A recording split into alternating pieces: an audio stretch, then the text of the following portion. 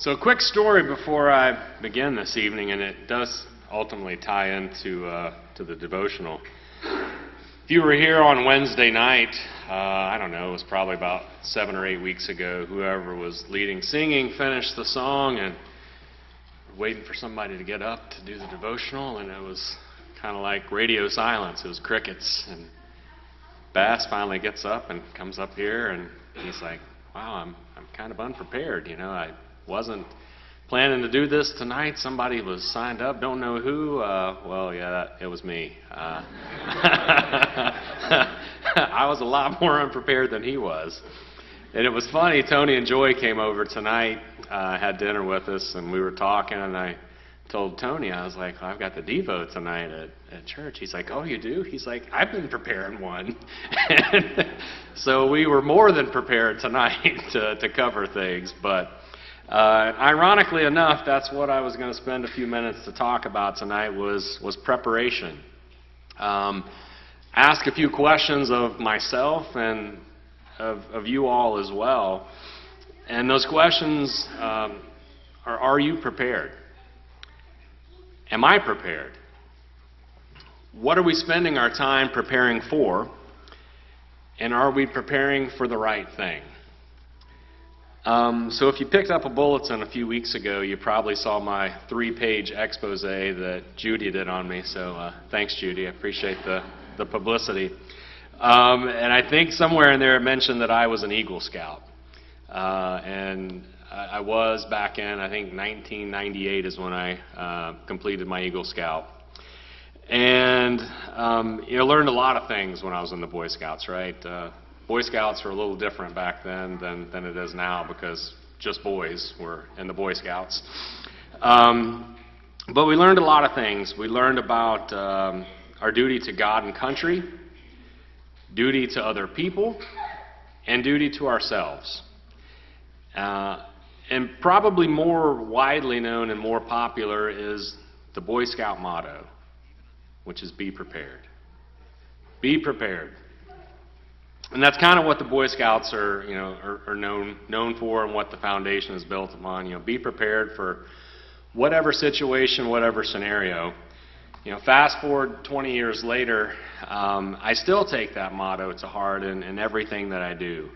If you travel with me, if you go on a hunting trip with me, I overpack. Like, I take everything I could possibly ever need. I learned after our canoe trip last year, Mark takes more stuff than I do, because I had to paddle it around in a canoe for 3 days. But I like to make sure I've got everything covered, right? On a daily basis, I always carry the same things in my pocket, right? I carry my wallet in my right front pocket, carry an ink pen in my right front pocket, a flashlight in my left pocket, and a lighter in my left pocket. It's like, what do you carry a lighter for? You don't smoke. No, but you never know, you might need to fuse the end of a rope, if you're tying some knots. So I always carry a lighter. Always have. You never know when you might need something. So for the last 3 weeks at work, we've had a series of visitors come to our plant. We're a big plant, big part of the company budget, so we get a lot of visitors that want to see it and see how we're doing. And I think that's all I've done for the last 3 weeks. Is prepare for visit after visit after visit after visit. When we know we're having visitors come in, right? It's kind of like when your mom's coming to coming to see your room, right? She's coming to inspect your room. You cram everything in the closet, close the door, and make up your bed real quick. Not that different for us, right? I mean, we keep a pretty clean facility, but when you're going to have visitors, you rush and you get things done that last minute. You throw stuff out, you try and shine stuff up, throw out old tools that you don't need. I've spent probably 12 hours working on PowerPoint presentations in the last 3 weeks, and this is not a joke. When I was working on this devotional, I was getting text messages about preparing for the visit that we're having today. So it never ends. And I'm sure nobody in here has ever had the feeling of being unprepared for a test at school, right? You always prepared, always ready to go. the worst feeling in the world, right? You walk into the classroom and you forgot that you had a test, or you've got a pop quiz that you're not even remotely ready for. And it's a bad feeling. That feeling you get on a Saturday afternoon when you're sitting in your pajamas still at 3 p.m. and, somebody knocks on your front door and it's your neighbor coming over to see you, and the house is a mess, and, you're a mess, still in your PJs, haven't brushed your teeth yet. Bad feeling to be unprepared. It's kind of like the same feeling when you get if you're cruising up 270 and you're doing about 90 and you drive past a state trooper, right? You get that kind of, oh boy, that red in the face feeling, I'm busted. It's a terrible feeling, and I'm sure I'm the only one that's ever had that. But as we go through this life, are we spending our time preparing for the right things? What are we preparing for? What should we be preparing for? In Matthew chapter 6, verses 19 through 21, it reads, "Do not lay up for yourselves treasures on earth, where moth and rust destroy, and where thieves break in and steal. But lay up for yourselves treasures in heaven, where neither moth nor rust destroys, and where thieves do not break in and steal. For where your treasure is, there your heart will be also." Where is your treasure at? Where's my treasure at? Are we preparing for the right things? Matthew 25 depicts this exact situation to a T, and I'm sure you're all familiar with it, the parable of the wise and the foolish virgins. And it mirrors everything we've talked about in these few minutes, right? The feeling of being unprepared, the feeling of being prepared, right? Being proud of being prepared. I remember at least a couple of times during college where I was probably prepared for a test. You went into it confident, and you're like, oh, I'm going to ace this thing, right? I'm going to nail it. And let's look real quick at Matthew chapter 25, and we'll read verses 1 through 13. It's a pretty short reading. And it says, "Then the kingdom of heaven shall be likened to 10 virgins who took their lamps and went out to meet the bridegroom. Now 5 of them were wise, and 5 were foolish. Those who were foolish took their lamps and took no oil with them." They were totally unprepared. "But the wise took oil in their vessels with their lamps.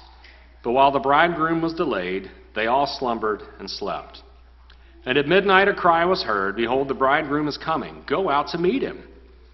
Then all those virgins arose and trimmed their lamps, and the foolish said to the wise, 'Give us some of your oil, for our lamps are going out.'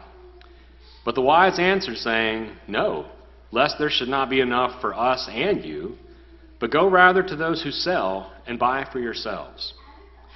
And while they went to buy, the bridegroom came. And those who were ready went in with him to the wedding, and the door was shut. Afterward, the other virgins came also, saying, 'Lord, Lord, open to us.' But he answered and said, 'Assuredly, I say to you, I do not know you. Watch therefore, for you know neither the day nor the hour in which the Son of Man is coming.'" So we read of the 10 virgins there. 5 prepared, 5 were comfortable, right? They brought their lamps, they brought filled with oil, extra oil with them. They were confident, right? They knew they had prepared. There were 5 that had somewhat prepared. They brought lamps and a little bit of oil, but didn't bring any extras. Decided to take a nap while they were waiting for the bridegroom to come. And lo and behold, when the bridegroom shows up, they panic, right? They get that same feeling that you get when you're not prepared for the test, when you're not prepared for a project or an assignment that's due at work.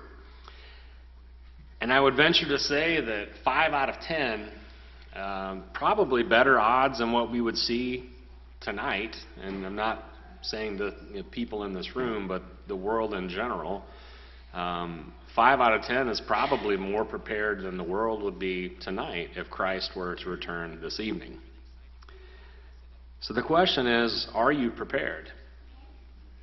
Am I prepared?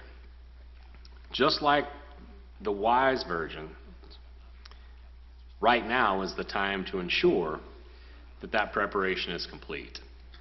Not at the last minute, not when, the 11th hour, when the clock is striking midnight. Because we read at the end of those verses in 13 that we know neither the day nor the hour in which the Son of Man is coming. So, we're not going to get a 2-minute warning and say, you better get prepared. Christ is coming, right? It's time for the judgment.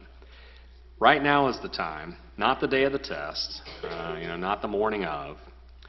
That feeling of unpreparedness, it's a bad feeling. It gives you that sick to your stomach kind of, I hate to fail at anything, right? I hate to come in second place. I want to win. I want to be prepared. I want to do my best in everything I do. We don't like that experience, that feeling we get when we're unprepared. But the preparation we're talking about tonight has eternal consequences. If we are unprepared for that, it won't end well for us. And the steps in the preparation process, it's relatively simple.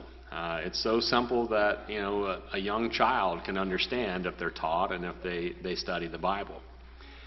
First, we have to hear the Word, which I'm assuming that most of the people in this auditorium have heard the Word. Romans 10:17. After we hear, we're to believe, as we're told in Hebrews 11:6. We're to repent, to turn away, from our current life, turn away from that life of sin, do an about face, and go in an opposite direction, as we're told in Luke 13:3.